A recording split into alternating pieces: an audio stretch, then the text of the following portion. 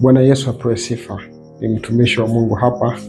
Nataka niseme na wewe jambo moja ambalo linaweza kukusaidia kutoka sehemu moja kwenda sehemu nyingine. Maisha kiuhalisia yamejaa kanuni nyakati zote. Kuna majira ambayo usipotumia kanuni, mahali pa kupanda kwa kutumia kanuni, na wewe ukataka kupanda, huwezi kufika. Kwa nini tunasema hivi? Biblia yenyewe inasema asiyefanya kazi na asile. Ni msemo ambao mara nyingi tumekuwa tukipenda kuutumia mitaani, lakini ni msemo ambao una maana sana kubwa sana kiroho kwenye maisha ya mtu, hasa kwenye maisha ambayo tunaishi.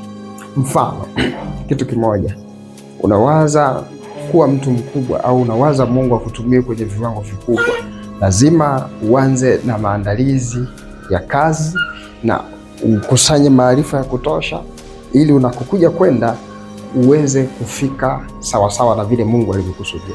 Lakini ukikaa ukasema nasubiria Mungu aje anipe, pasipo wewe kuchukua maamuzi ya kuanza kwenda, utajikuta umekaa pale pale nyakati zote.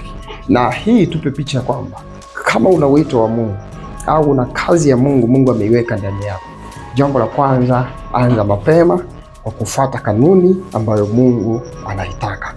Na Mungu anapendezwa na watu wa namna kama hiyo. Mfano, Yesu Kristo alifanya kazi yake ndani ya miaka 3 tu, lakini kazi yake ndani ya miaka 3 kwa umaarufu uliotapakaa, kwa uwezo mkubwa aliofanya ndani ya miaka 3, mpaka leo wewe unamjua Yesu.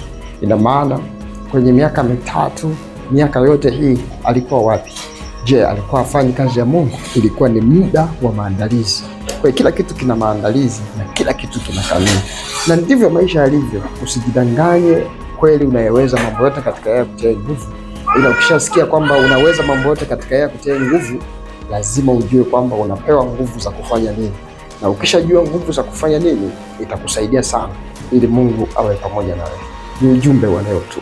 God bless you. Usisahau kusubscribe, kulike, comment na kushare.